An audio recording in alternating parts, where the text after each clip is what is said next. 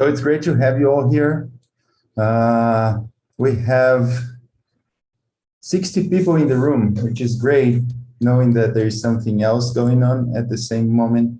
I would just give a brief talk explaining some things about the school and giving some numbers. So common way to start any academic event. So this is the first time that we have this kind of school in Latin America. It's a software engineering school supported by ACM6 Soft. The goal, like 1 year ago, when we requested this support from ACM6 Soft, was to have an in-person kind of thing, a smaller kind of school with people within a room discussing the whole day. So a traditional kind of school with a few mentors and a few students. However, in these online settings, we decided to go broader and try to bring the more people we could, and inviting really outstanding people to give talks and mentor PhD students. So we wanted to increase the impact of our school, bringing more people in. So the first thing that I want to do is to thank ACM6 Soft for supporting this school. Everything that you see here is because of ACM6 Soft and some volunteer people like Christoph who are helping us to make this happen. So Tom Zimmerman, since the beginning 2 years ago when we started this talk, was really supportive to this idea and made it happen through ACM6 Soft, bringing our ideas and approving in the ACM6 Soft committee. So thank you very much, ACM6 Soft, for all the support. So some numbers we have, we had 172 applications for this school. We dropped 10 because they did not meet the requirements to be here. So they were not for computer science, or they were not on grad school, or they left grad school for a while already. So from these 172, we had 162 people accepted. And from these 162, we have 150 registrations paid by the school, and 2 or 3 more that were paid before. And they, so we have 153 people who had registered to the school. And we also had, using the support from ACM6 Soft, 29 paper fees waived via the school. So the school helped people, young faculty and grad students who could not afford the paper fee to register and pay their paper fees. So these are rough numbers on what we had from the 162 people. We had people from 5 different countries: Argentina, Colombia, Ecuador, Chile, and most of the people from Brazil, really spread across the country. We had, I think, 9 states that are not represented, but we have people from all the regions of Brazil. A big shout out to people from Amazonas, and Paraná and Bahia, with these great numbers of participants here. We have people in different levels. We have 91 PhD students and candidates, 52 master students, and 19 early faculty people. We will have, during this school, a mentorship program where 29 PhD students had been selected to be mentored by members of this software engineering community. So I would like to thank all the mentors who took this service and will help our students. So all these mentors here will mentor at least 1 person, at most 2 people, guiding them and give them feedback on something. So the goal of the whole school is to empower our community, and this is a specific program that we have to show people that we can and should move 1 step ahead and try to reach our goals and go international instead of staying in our local community. We can do research, we can do great research. The problem is sometimes we feel afraid of doing so. So use this opportunity, the 29 people who are here and will be mentored, use this opportunity to build these bridges with international people and feel empowered. And Christoph is also mentoring some people. Thank you again, Christoph. So Christoph is taking a lot of his time to help us on that. And lastly, here just a sneak peek of our program. So I'd like to thank all the speakers, Christoph Treude, Alessandro Garcia, Geraldine Fitzpatrick, Marco de Rosa, David Shefford, Cláudia Bowser Medeiros, Guilherme Travassos, Damian Tamburi e Fábio Palomba, Altigran Soares, and our panelists, David Red Miles, Ricardo Brito, and Ingrid Nunes, and the mediator, Sergio Soares. So as you see, like we have really packed days. I hope you enjoy the most. I hope these are quite interactive kind of sessions. So after the talks, we'll have some time for question and answers. Don't feel ashamed. Everybody here is in the same boat, so ask questions. And during all our breaks and at the end of the session, so today at noon and after 4:30, we'll have breakout rooms. Feel free to interact with your peers. So we'll be all in these breakout rooms. I will create breakout rooms. You just join and feel free to interact. One quick remark. Tomorrow, our very first talk will not be in this room. It will be in UDESC room because this will be a partnership with the Open Science workshop.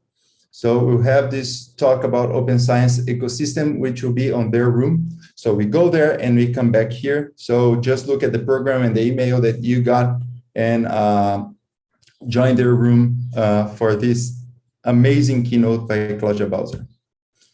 And lastly, before I introduce Christoph, some special thanks. We had some people helping me, of course, in addition to Eduardo Almeida, who is here somewhere. I cannot see your video, Eduardo. So Eduardo has been supporting me for during all this process. But we have we had help from Alison Araújo with some small tasks at the end of the day, Igor Visi for organizing the panel, Sergio Soares for mediating the panel. And we decided, myself and Eduardo, we decided to do something quite special. That was having the young faculty who registered to this school to chair the talks. So we have 6 people who are young faculty members who will chair not this talk that I am introducing, but the other 6 talks of this event. Eduardo, I don't know if you wanna say some words. Yeah. Like the floor is yours. Yeah, just a few words. So first of all, I would like to say welcome to everybody in this school. I think that is a great opportunity for all the students to have the chance to get in touch with important research in our community. So that's the first point. And my second point is to say really, really thank you to Igor for this, to make this happen. So my name is there with Igor in this school, but it's only for one reason.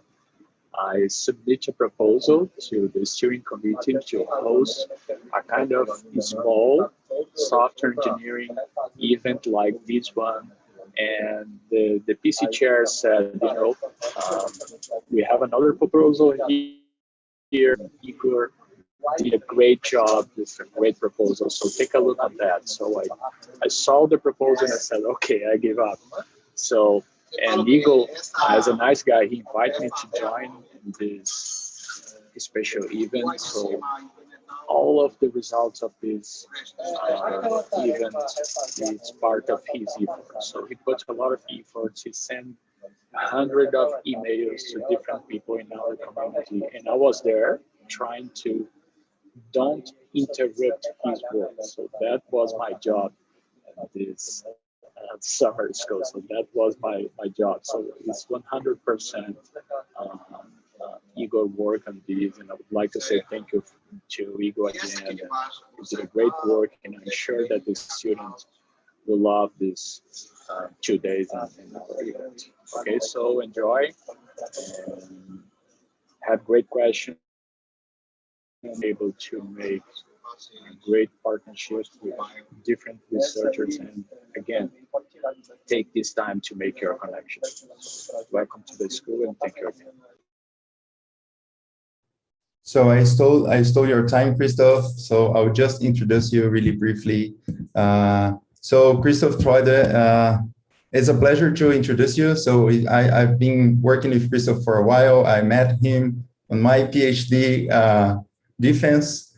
And since then, we have been interacting for in many research endeavors. Christoph is now a senior lecturer in software engineering at the University of Melbourne. He just moved there in Australia.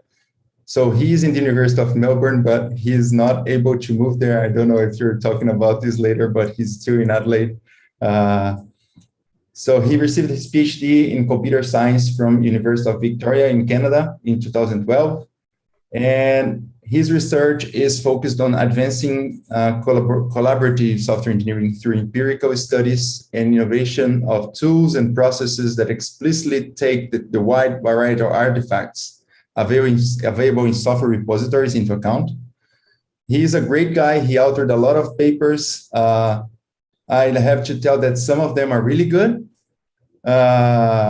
And he earned a lot of awards during his career, including Distinguished Paper Award at FSC and ICSE.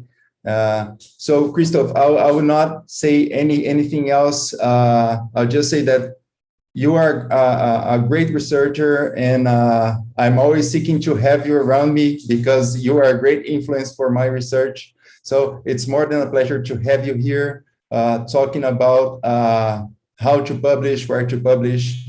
The floor is yours. Thank you very much. Fantastic. Thank you for the very generous introduction. You mentioned that some of my papers are great, but I guess implicit in there was that some are really not that great.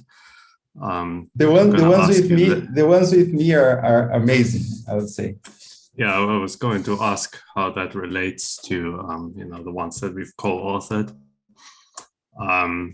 So I did actually have this map prepared that hopefully you can see now to sort of help Igor remember where we met and all of that. But I guess he talked about most of these things already. So was born and raised in Germany, did my PhD in Canada, moved to Brazil where we had a really great time. And now I'm in Australia. And I do have a picture of this PhD defense here that Igor just mentioned. So as you can tell, Igor has not aged at all. I have a bit more gray hair now. This was 2015, right? So I've been a friend of the Brazilian software engineering community ever since. But the talk was mostly not supposed to be about me, I believe. So what I wanted to cover today were basically 4 topics, and then we'll have hopefully some time for Q&A at the end. I wanted to talk a little bit about what is writing, how to write, what is publishing, venues for publishing, and sort of the strategy around that, strategy of how to pick where to publish and so on. So maybe we can just get started with talking a little bit about writing. So why writing is important? So it's kind of obvious that writing is something that we do to communicate with others, right? We write emails all the time. We maybe write papers sometimes. We write blog posts. We write lots of things, usually aimed at communicating with others. But I think a really important aspect of writing as well is that it really helps you understand or improve your own understanding, understand what you're working on and improve that understanding. And it really helps to foster this ability to explain and refine ideas. And I found a Chinese proverb somewhere on the internet. I hear and I forget, I see and I remember, I write and I understand. I don't know if you can relate to that experience, but I've definitely had many occasions where, only when you start writing something down, you see all the things that you hadn't really thought about yet. You see all the steps that you missed in the logical flow or something like that. So it's a really good idea to write. Of course, we have to do it when we want to publish things, and I think this talk is mostly supposed to be about publishing, so we'll talk about this quite a bit. But I think in general, writing can really help you explain and refine ideas. So I wanted to make this a little bit interactive. I hope you can see at the top of the screen the URL. Can I move this annoying Zoom window out of the way? Maybe I'll move that. Yeah, we can see, Christoph. We don't see your Zoom stuff. You don't see the Zoom stuff? No. Okay, good, good. I have this weird Zoom thing. So if you go to PollEV, which is short for Poll Everywhere, POLLEV.com/Christoph. We'll use that a couple of times during the presentation today. So the first thing that I'd like to ask you is, what sections do you think are important in an academic paper? Because of course today we'll talk about writing in the context of academic papers. And I believe as you type in answers, they should show up on my screen here. Oh, there we are. This, very good, very good. Keep them coming. I'm glad the link is working.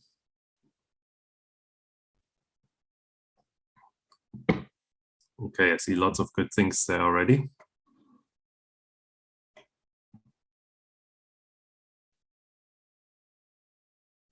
Fantastic. Good job, everyone.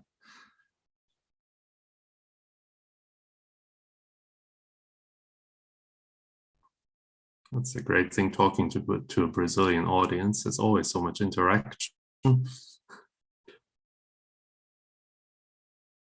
Okay, so maybe we can start talking about some of these. So the introduction, and I see abstract somewhere as well. Those have come out pretty big. That's good. So obviously most good academic papers, start probably with a small abstract, then an introduction, and there's a conclusion at the end. But I think I also see quite a few of the sections that are more about sort of the science that we want to describe in a research paper. So the method or methodology, which we often use as synonyms. I'm not going to go into details on which one is right and which one is wrong. I think some people have really strong opinions on this. Related work, very important. Results, of course, important. Discussion, I like that one. Discussion often used to put our research findings into a broader context. Design probably kind of fits in with methodology as well. And I saw, yeah, there it is, threats and limitations.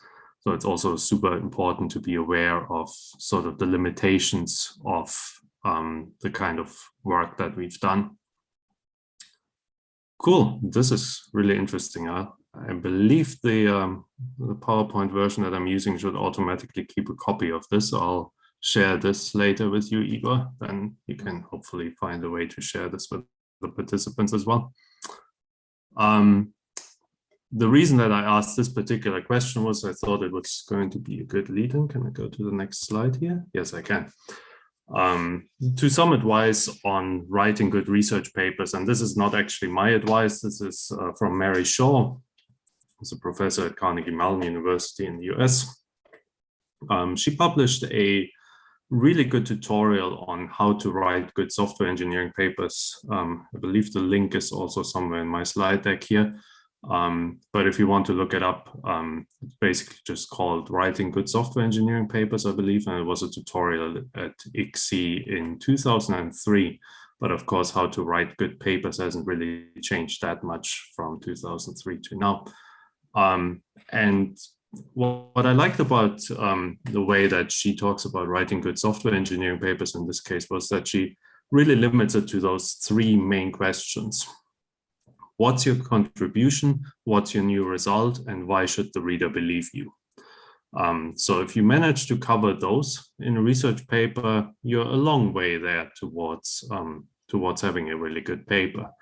So what precisely was your contribution? And in my experience, it can be, not all research papers need to have research questions, but I find it's always a good idea if you implicitly at least have a research question. Whether that question actually explicitly makes it into the paper or not is a different question, and often a question that's more around cosmetics rather than content. but it really can be useful to explicitly think about what is the question that I'm trying to answer. Why should the reader care? I don't remember if we had motivation in the tag cloud. We go back, I don't see it. Impact, which is kind of related, but I don't see motivation. No, I don't think so. Okay, so motivation would also be an important aspect of a research paper. Why should the reader care? Why is this important? There's a lot of research out there that might not be that important, or maybe where the authors have just failed really explaining why it is important. So I think that is an important question to answer in a paper. And also, what larger question does this address? What's sort of the big thing that we're working towards with this paper? I can mostly just speak from my own work here, but in my work, it's usually either related to improving the productivity of software engineers or improving the quality of the software that they produce. In your case, it might be something different, but it's always good to be aware of what is sort of the larger question that your entire research program or the research program of you and all the other students in the lab maybe will eventually go towards. Of course, these larger questions are not the kind of thing you can answer in a single paper. We can't write a single paper and make software developers more productive overnight or improve the quality of software, but we can write papers that work towards this. Then the next big question is, what is your new result? What new knowledge have you contributed? And how does this new knowledge relate to previous work? So especially if you're trying to publish in top venues, and we'll talk about venues in a few minutes. But yeah, if you're trying to publish at a really good conference in a really good journal, reviewers will be quite picky about making sure that you're aware of all the work that's related to your work and that you can explain how yours is different, and also that yours is different to begin with, right? I've seen many papers get rejected just because either it had been done before or the authors simply didn't compare to the things that the reviewers thought they should compare to. And the last question there on the slide, or the last main point, why should the reader believe your result? Depends really on the research methodology. So I can't really give a good answer to this that sort of covers all methodologies in detail. But it's always good in a paper to explain what are the standards that should be used to evaluate the claims that are made in a paper. Is this qualitative? Is this quantitative? What metrics have other people used to evaluate similar research and so on? And what evidence can you provide that your results satisfies what you're claiming in the paper? All right, how do we get there? How do we learn how to write? Writing is definitely something that you can practice and that you probably should practice, that all of us should practice. It's definitely one of those things that get easier and easier the more you do it. Strategies to get there, write a lot. Don't just write academic papers, write other things.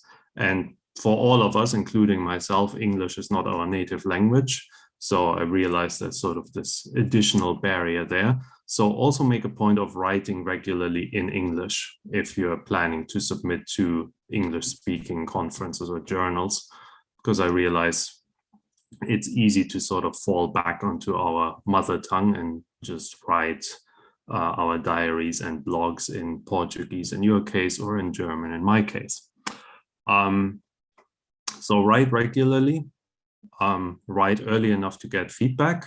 I know lots of you are working with great supervisors and some of you are working with Igor. So if you send drafts early, Igor, of course, is also a great supervisor, I should add that. If you send drafts early to your supervisors, there's a really good chance you will get feedback. If you send your draft 5 minutes before the deadline, If you're lucky, the supervisor is still awake and might say, yeah, it's fine, just go ahead and submit it, but you're not going to benefit from any feedback anymore because there's simply no time to provide that feedback. There are lots of resources that have been written about writing. Go ahead and read those. I didn't put links on the slide here because any Google search will get you to lots of those. There are books about writing, there are blog posts about writing. So there's lots we can learn from others. And the other thing is read, right? The more you read, the more you learn about the strategies that others have used and the phrasings that others have used to express certain ideas, and you might be able to adapt them in your own work. So that's what I wanted to say about writing. It's a huge topic, could probably do an entire conference just about how to write, but I wanted to cover some of the highlights here. For the next couple of minutes, let's move on to publishing. What is publishing? There's a definition here. So academic publishing is defined as the written word and can also include things such as figures, tables, data, video if necessary, representing a deliverable or an outcome of an academic's research activities. So it's academic publishing is typically something written that represents the outcome of something that a researcher did. Nowadays, of course, usually online, traditionally could be in print media as well. It's usually something that's handled through a publisher that somehow supported, recognized, and reputable. We could again spend an entire talk discussing whether publishers are still necessary now that we're moving into an online model, and two, what exactly it means to be supported, recognized, and reputable. Since I don't really want to use this talk to go into a lot of detail on those questions, let's just assume that publishers such as ACM, and 6 Soft, of course, is part of ACM, and 6 Soft sponsors this event. So ACM, for example, would of course be a recognized and reputable publisher. So would IEEE, so would Springer, so would Elsevier, and a number of others. Academic publishing typically assumes some kind of peer review process, and I think I have another slide on this coming up, so we'll talk about this a little bit more. And academic publishing can include single, multi-authored work. It can be collaborative and can be students and professors, can be only professors, can be people from industry, and so on. Why do we care about publishing? Publishing or publication is something that is still very, very commonly used to judge the work of researchers, often in a university environment. So university academics, professors, students, and publications in those cases are used to make decisions related to tenure, related to promotion, related to grants. It's often a bit of a self-fulfilling prophecy. So if you've published a lot, then it's also easier to get money to publish more. And if you haven't published a lot yet, then it can actually be quite difficult to enter this sort of circle of publications and funding and so on. Publications are a great way to attract networking opportunities in the broadest sense, and in specific terms, publications can lead to attracting students. So a potential student might read a paper that they really like. They want to work with the person who wrote the paper. They contact the paper author. Publications can lead to collaborations within and among different universities and other institutions, and sort of form the basis of new research directions. They are also a form of outreach. So if research is publicly funded, for example, in Brazil, it could be CNPq, it could be CAPES, and so on. There's usually the expectation that the outcome of this research should be available to the public that indirectly funded that research. So publications should come out of the research, and ideally publications should even be available to the people who funded the research. And finally, publications are also the basis of this research teaching nexus that we're supposed to do at university, right? So the idea of a university, without wanting to go into all the details of the history here, is that cutting edge researchers teach the next generation of researchers, so that the students can directly benefit from the research that's going on, and that research would be written up in the form of publications. So let's do another one of these little poll events here. What makes publishing difficult? So now on the previous slide, we just talked about some of the theory related to publishing. What is publishing? Chances are, at least those of you who have been around for a bit longer will have known a lot of these things already. I saw time pop up for a second there, and then it disappeared again. Okay, I'll give you a couple of seconds to fill this in. Probably also depends a little bit on the internet speed, how quickly these things show up. And this, I believe, I set up as an open-ended question, so you can actually write an entire sentence in this case. But yeah, for the next couple of minutes, I wanted to talk about some of the challenges related to publishing, and hopefully also how to overcome these.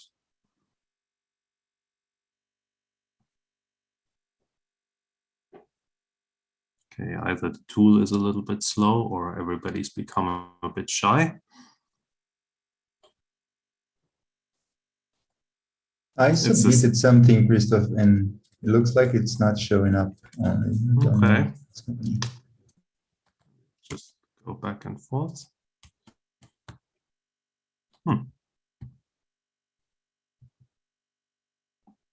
Do anything here?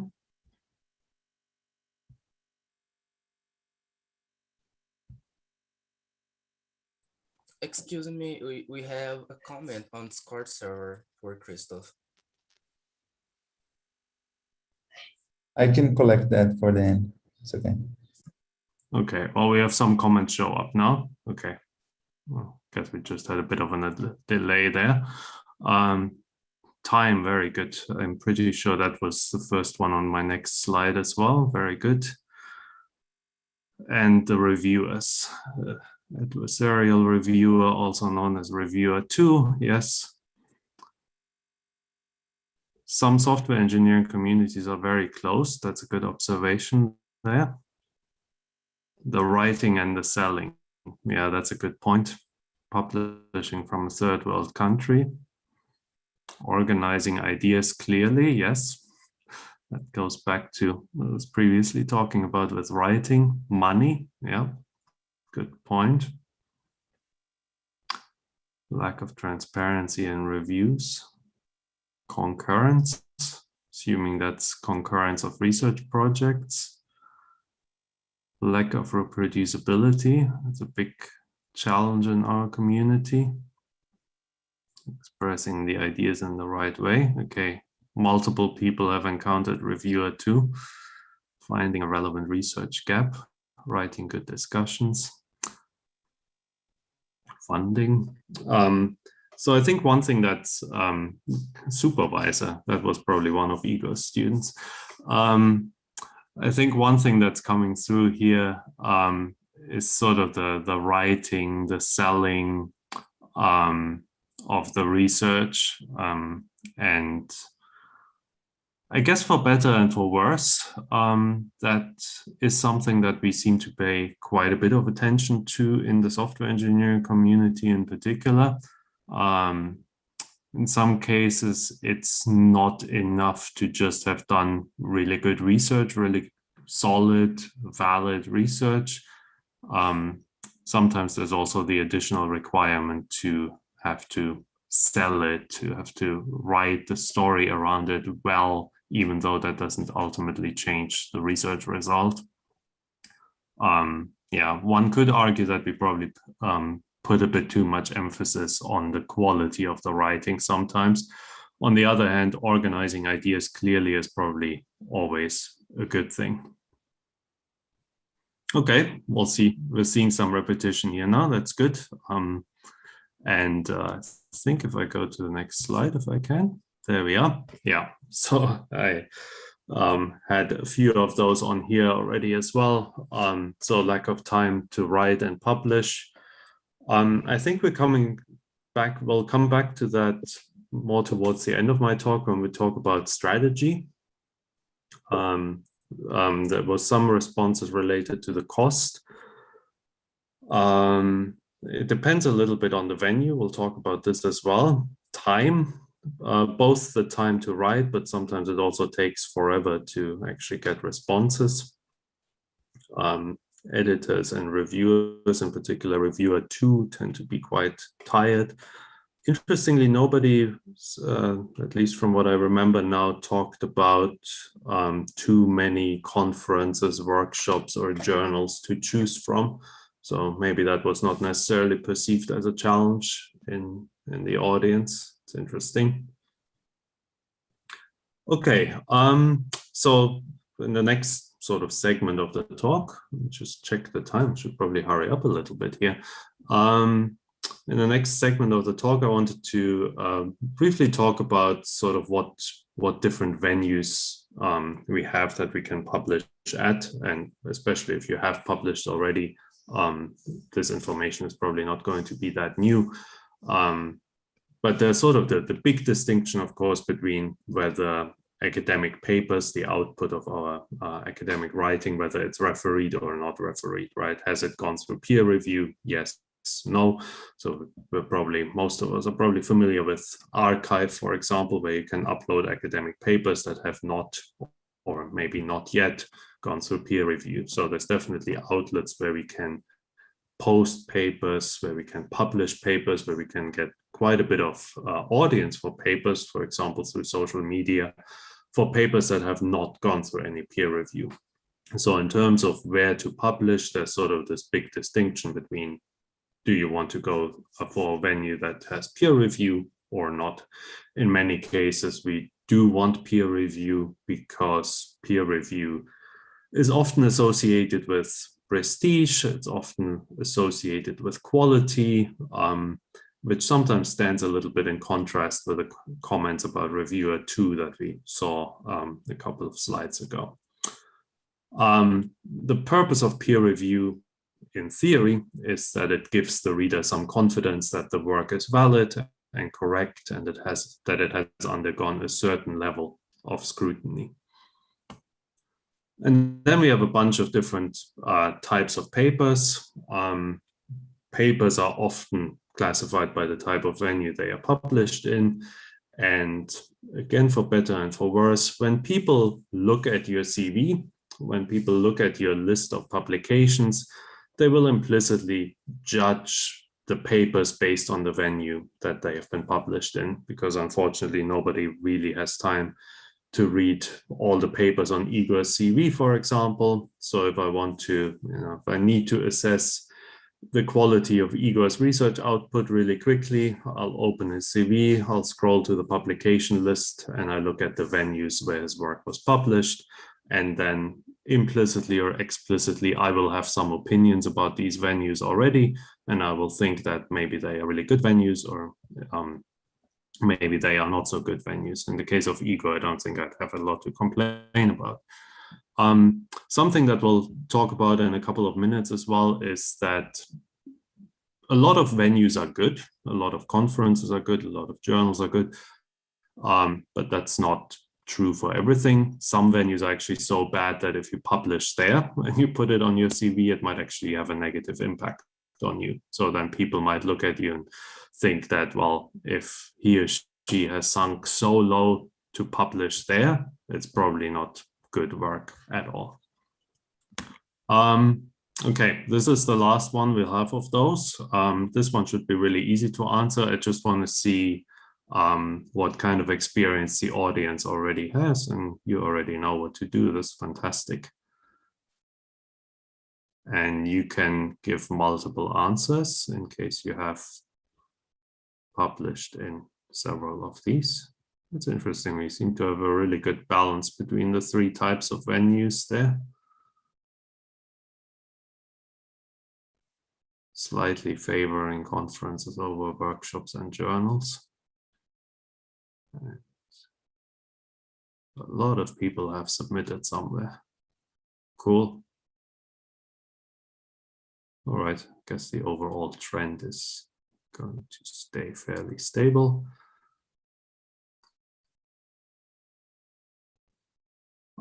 Maybe something to add here is that the importance of conferences is a very computer science thing. A lot of other scientific disciplines outside of computer science do not have this focus on conferences that we have. They focus on journals instead of conferences.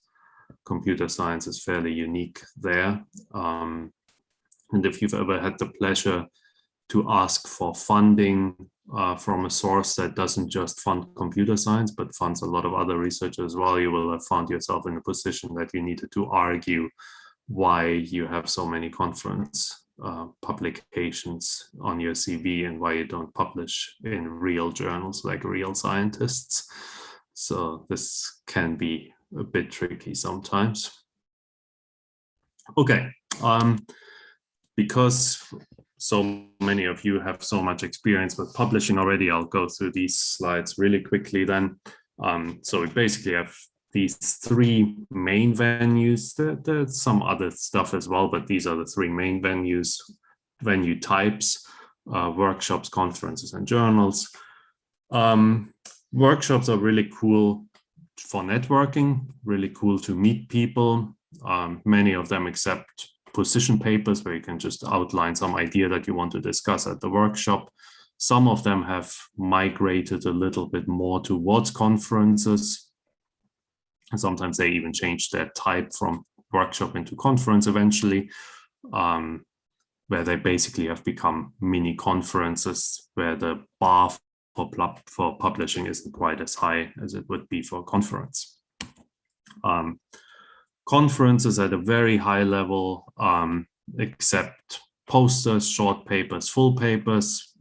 For anybody who's looked at the call for papers for any of the bigger software engineering conferences such as ICSI, you will have seen that there's a lot of different types of short papers, possibly even a few different types of full papers, possibly even a few different types of posters.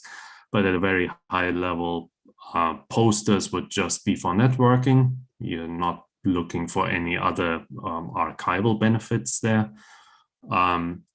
Short papers depends on the track. It could be, for example, if you're submitting to a new ideas track, it could be to make sure that you're sort of claiming this new idea. If you're submitting a tool demo paper, then maybe you have a really cool tool that you want to show off. And full papers are, of course, what is often sort of the most prestigious type of publication in the software engineering community. And then we have journals, which in general are not supposed to have a page limit. For those of you who have tried to submit to some of the software engineering journals before, you will have seen that some of our journals, calling out TSE here, do have a page limit. So that's not entirely true anymore. Why they have this page limit, nobody has been able to fully explain this yet. One of the core differences there is that with a conference, it's usually just a one-round thing, possibly a one-round thing with a rebuttal in between. And I'm not going to say anything else about rebuttals because I know there's a talk coming up at this school that's focused on rebuttals. But yeah, conferences, it's usually an accept or reject after a few months, whereas with journal submissions, you go through possibly many revision cycles where the author submits a paper, then submits a revision, and so on. Reviewers give feedback, and this process will continue until the reviewers are satisfied. In an ideal world, the authors give up. In the sad world, or the editor of the journal stops the process by either rejecting or accepting the paper, hopefully accepting it. Right, another difference, and I know I haven't shown a picture of Igor for a few slides now, so there are two pictures of Igor on this slide. A big difference between different publication venues is, of course, whether we get to meet, these days, unfortunately, on Zoom, whether we get to meet as part of presenting a paper or not. So big advantage of workshops, picture at the top, conferences, picture at the bottom, is that you have this network opportunity built in, right? You meet lots of other great researchers, you can discuss research, you can push ideas forward, whereas often with a journal publication, the only interaction you have is with the editor, and it's up to you to generate a bit of publicity around the journal paper. Some conferences now have special tracks where you can present journal papers, but that's a relatively new thing. That's sort of still a bit unstable. We'll see where the community goes with this. And I just wanted to say a few things. Let's skip this slide, but I just wanted to say a few things about predatory publishers.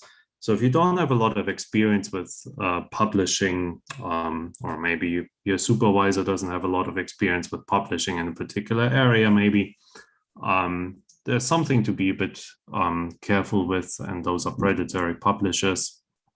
Publishers who might contact you as a researcher, offer all sorts of benefits, but ask for money in return. They will claim that they are the leading publisher. They won't have any evidence for this. They won't do anything good for your paper. They won't do copy editing or anything like that. And if you look through their publications, you'll find lots of things that are, that are not very good. The best way to avoid those is to publish in venues that you know other people that publish in those venues. It's kind of hard to come up with hard and fast criteria because, of course, predatory publishers will try to avoid being detected in that way. So in many cases, your supervisor will know what are the good conferences, what are the good journals in a particular area. And if that's not the case, you might even want to contact some researchers that you see that they have published in a particular venue. Even I still do that sometimes. If I have a paper that's not core software engineering, but sort of more from a different area where I don't know the conferences or journals, I might go through last year's proceedings, see if I recognize any of the authors, and then contact the authors and just ask, is this a venue that generally has good reviewing practices? Were you happy with your submissions there, with how they were treated? And in some cases, the answer is yes. In some cases, the answer is no. Okay. But I think one of the more interesting things that I wanted to talk about as well today was strategy, publication strategy. So as I saw on the little bar chart there, many of you have published somewhere already. So you kind of know what's involved in writing, you kind of know what's involved in publishing. But how do you decide what to publish? Especially once you've sort of been in the research environment for a while, you realize that you could publish a lot of different things. You could send it to a lot of different places. How do you decide what to write, where to send it, and so on? So the answer to all of these questions is called a publication strategy. And I think if there's one thing that you'll take away from this talk, it should be this, that you should have a strategy. It doesn't even really matter what it is. Different strategies work well for different people. But what I would recommend to avoid is to not have a strategy, to just publish in an opportunistic way, publish whenever you see a call for papers, but not really think about all the call for papers that you may have missed in the meantime. Jump from topic to topic without thinking about whether that's a good idea. Yes, we can publish many different things on many different topics and so on, but that's not always the smartest strategy, in particular in terms of sort of career advancement and so on. So I don't think I'll go through all of the questions on the slide. Feel free to go back to the slide deck afterwards to think about some of these things. Few more here. Something that I did want to talk about, though, in more detail, sort of the factors that I think are worth considering when deciding what to publish, where to publish, and so on. And there's quite a few, and they are things that can change quickly and that can change based on your environment as well. So let's use an example here. Like Igor said when he introduced me, almost an hour ago, until 2 weeks ago, I was with the University of Adelaide in Australia, and last week I started with the University of Melbourne, also in Australia.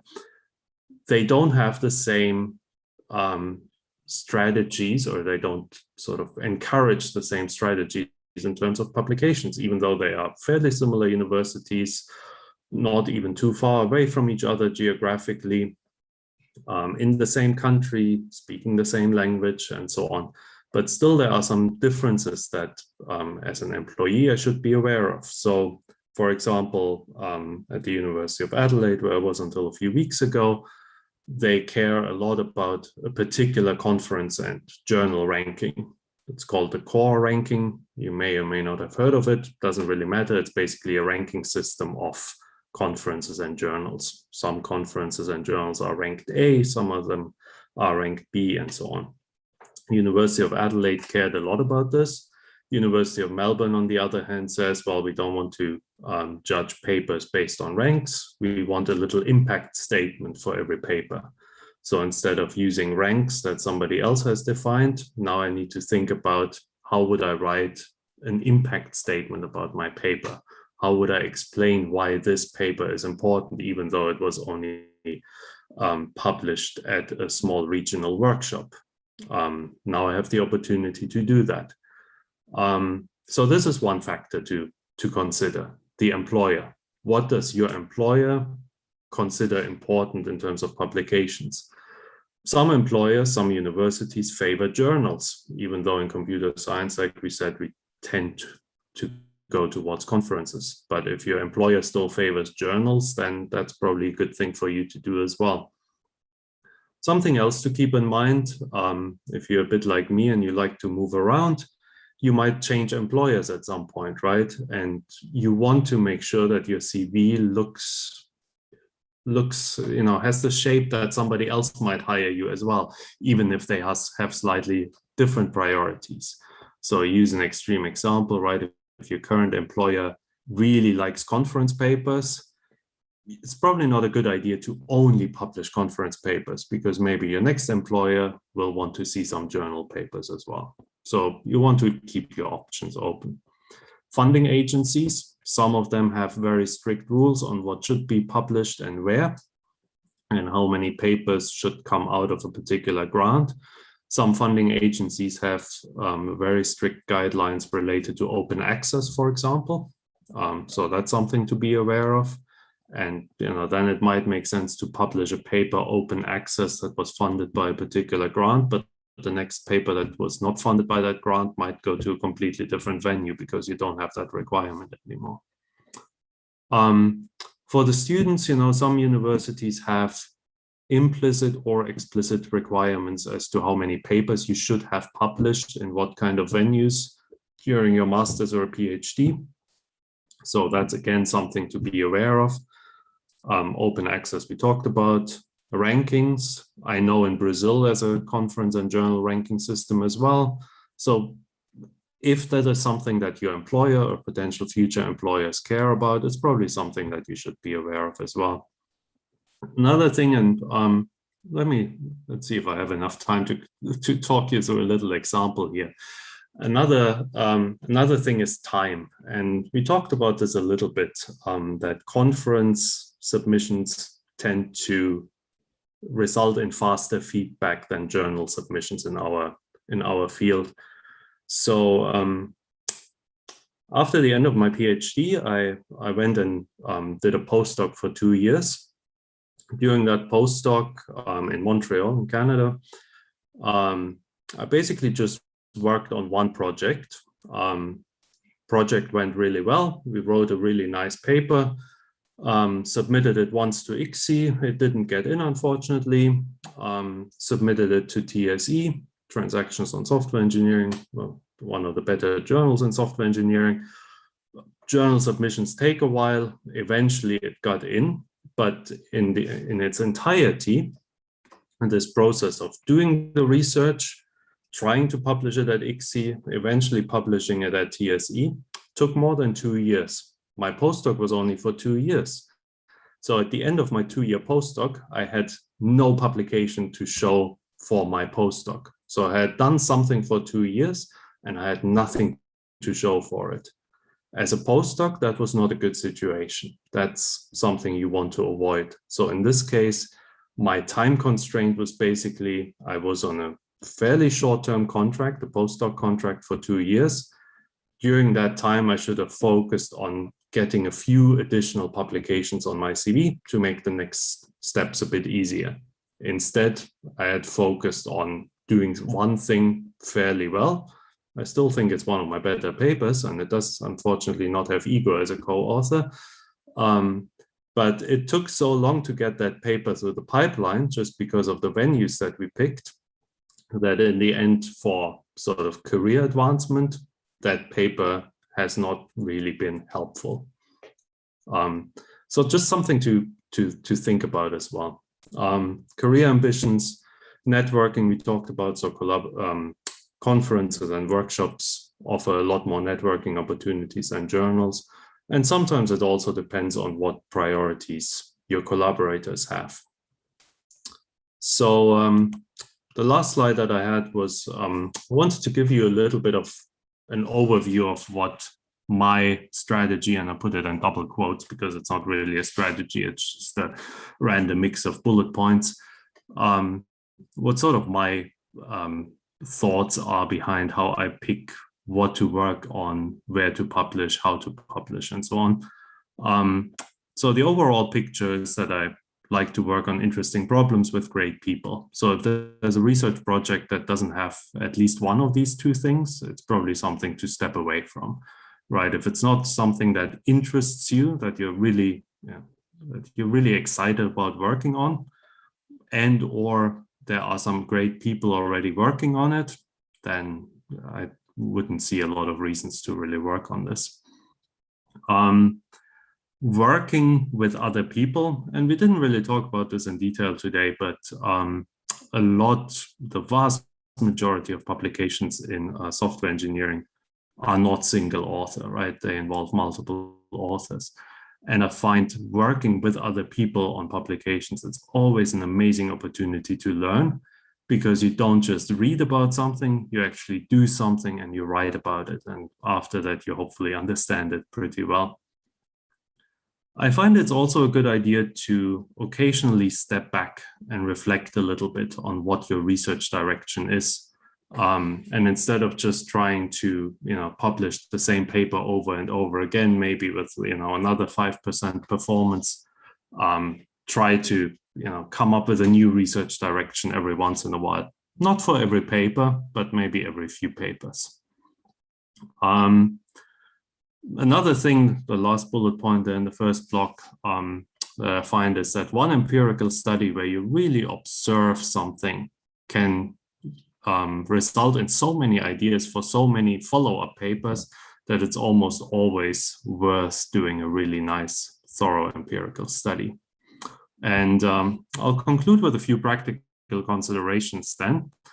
In my case, for many papers, we go for a conference first, for the simple reason that conferences have deadlines. And if we don't have a deadline, then chances are it never gets done. And the other thing is we generally don't find a good reason to not go for the top conferences. And I always kind of ask myself, you know, if the project isn't good enough to get into one of the top conferences, or to at least have the chance to get into a top conference, be good enough to be submitted to a top conference like ICSI or FSE, is it really even worth doing? In some cases, the answer might be yes, but in that case, I find it's useful to have a good justification for it.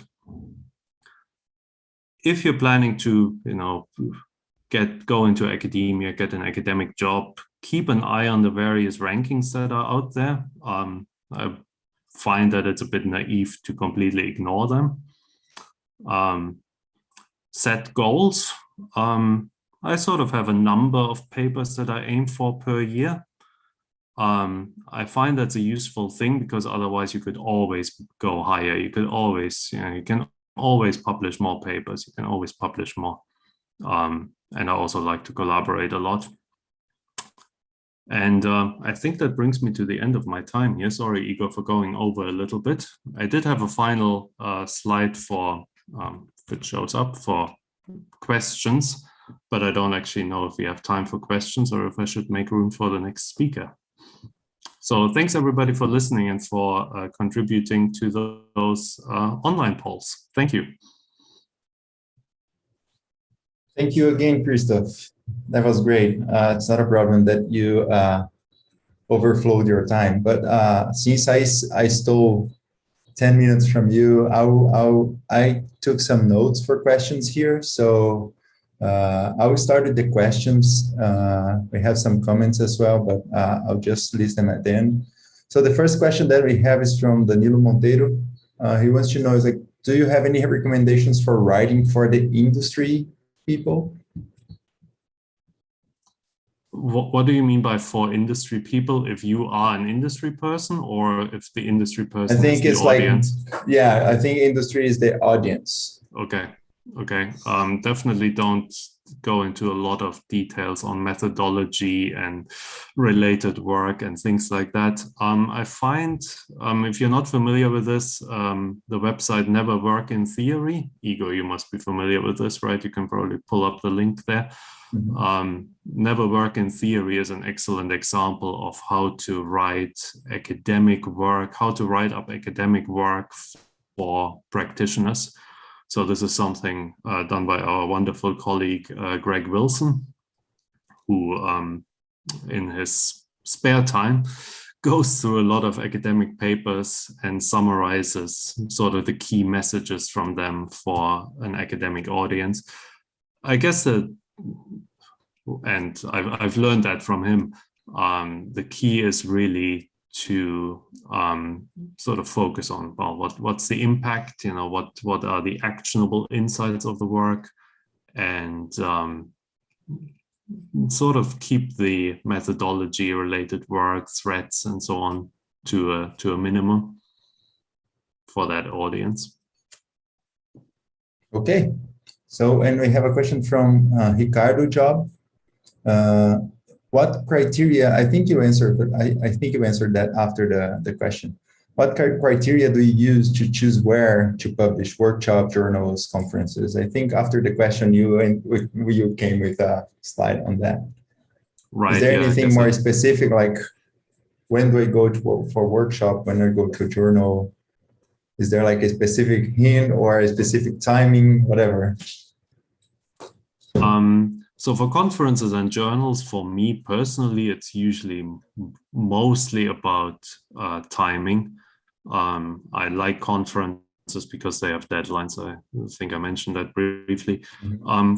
Workshops, because it still takes quite a bit of effort to write a workshop paper, maybe not quite as much as a conference paper, but for workshops, I generally would want to have a very good reason to invest time in this, because at least based on the sort of metrics that I tend to be judged by, I don't get a lot of sort of academic prestige, academic value, career value, however you want to phrase this, out of a workshop publication.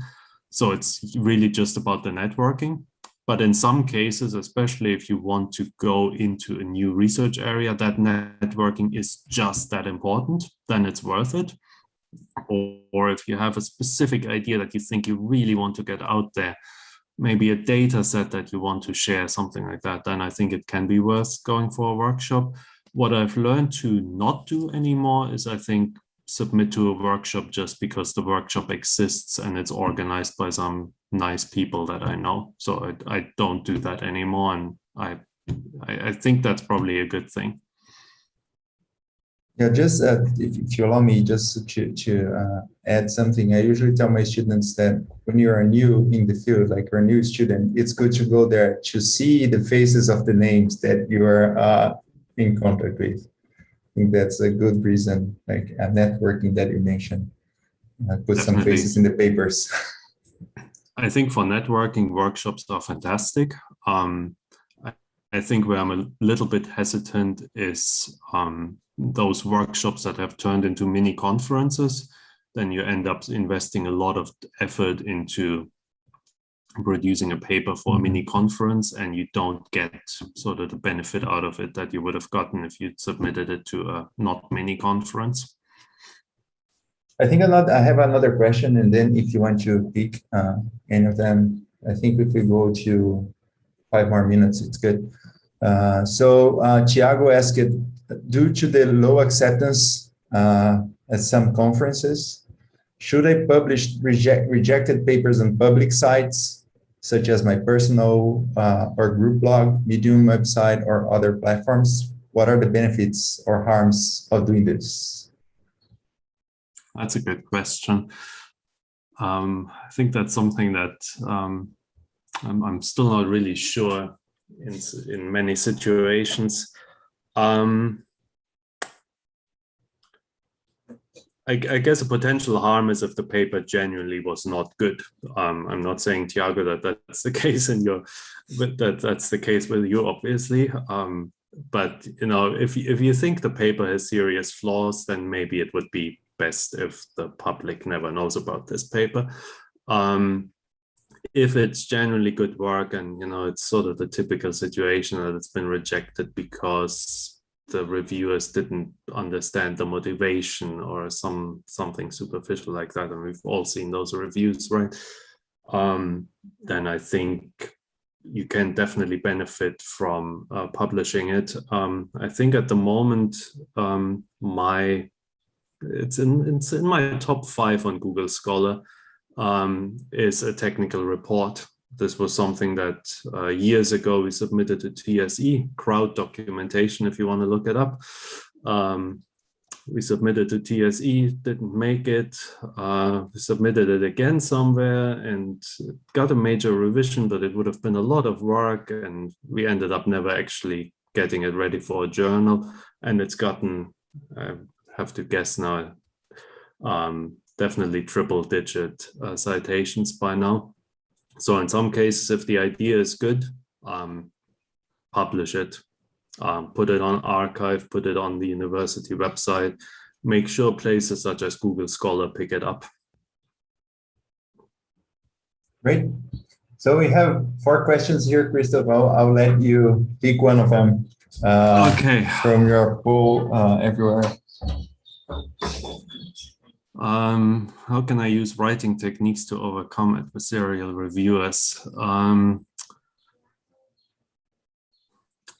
Read a lot, participate in as many program committees as you can and as many journal reviews as you can. When you do that, read your co-reviewers' comments as well. So you see the things that they picked up on, even if they aren't things that you agree with, they might be things that they will in the future point out in your work. Become good at writing rebuttals. Again, a teaser for Marco's talk later. What else? Writing techniques. In terms of writing up the methodology, make sure you write it up in enough detail that somebody else could take that description and do the work themselves. And to the extent possible, justify every one of your choices. I realize that if you justify every little detail, you know, the existence of every word on your stop word list or something like that, that's unrealistic. So that there's still a balance. But yeah, you want to justify a lot of things. In terms of writing style, learn from how other people write. Some of the people in our community are excellent authors. They really know how to write. Igor is one of them. I think in terms of writing, I actually learned a lot from David Lowe. Many of you will have heard that name because he publishes a lot. He's very good at structuring a paper very clearly and making complicated papers seem simple. And that usually requires a lot of work. I'm not sure if that was a clear answer to that question, but I don't think there is a clear answer to it. I think it was great, Christoph. I'd like to thank you once again. It was great. At least for me, I usually say that a talk is good when you can learn something even from people that are close to you. So that's the case, and I've learned a lot. I see a lot of thank you messages here in the chat. So thank you very much, Christoph. It was really good to have you here with us.